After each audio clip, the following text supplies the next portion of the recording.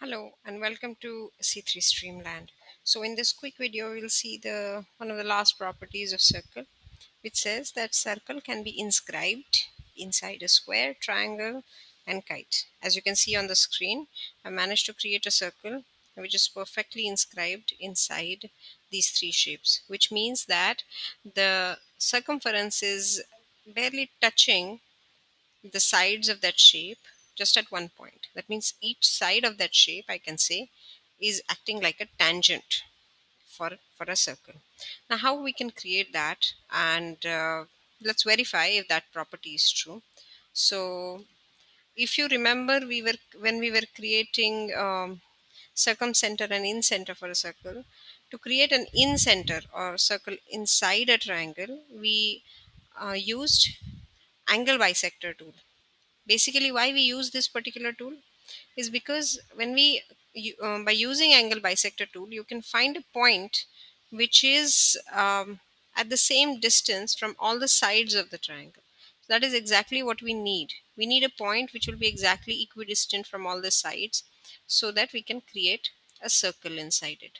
So I'm going to use my angle bisector tool on a triangle, and as you can see, I found a point of intersection inside, and I'm going to define that point as E, and we can use our circle tool.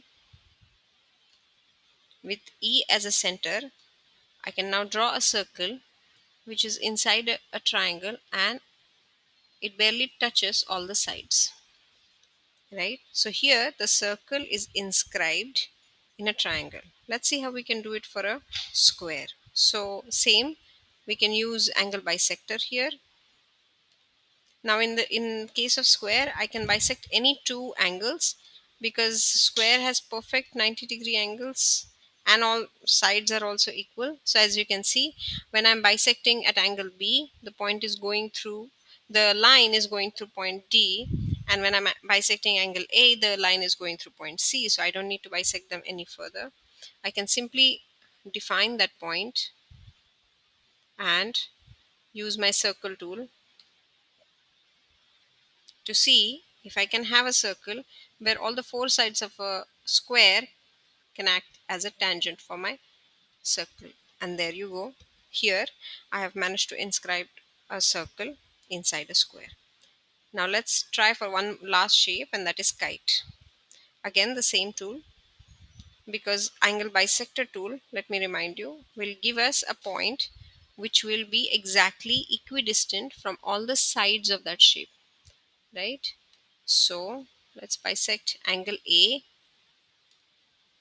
and B. As you can see, this graph has done a little bit help for me. So I have managed to get a point. So if I basically bisect this angle, this will be the same line, vertical line of the kite. So I don't need to bisect angle C, to be honest, but I just wanted to show you.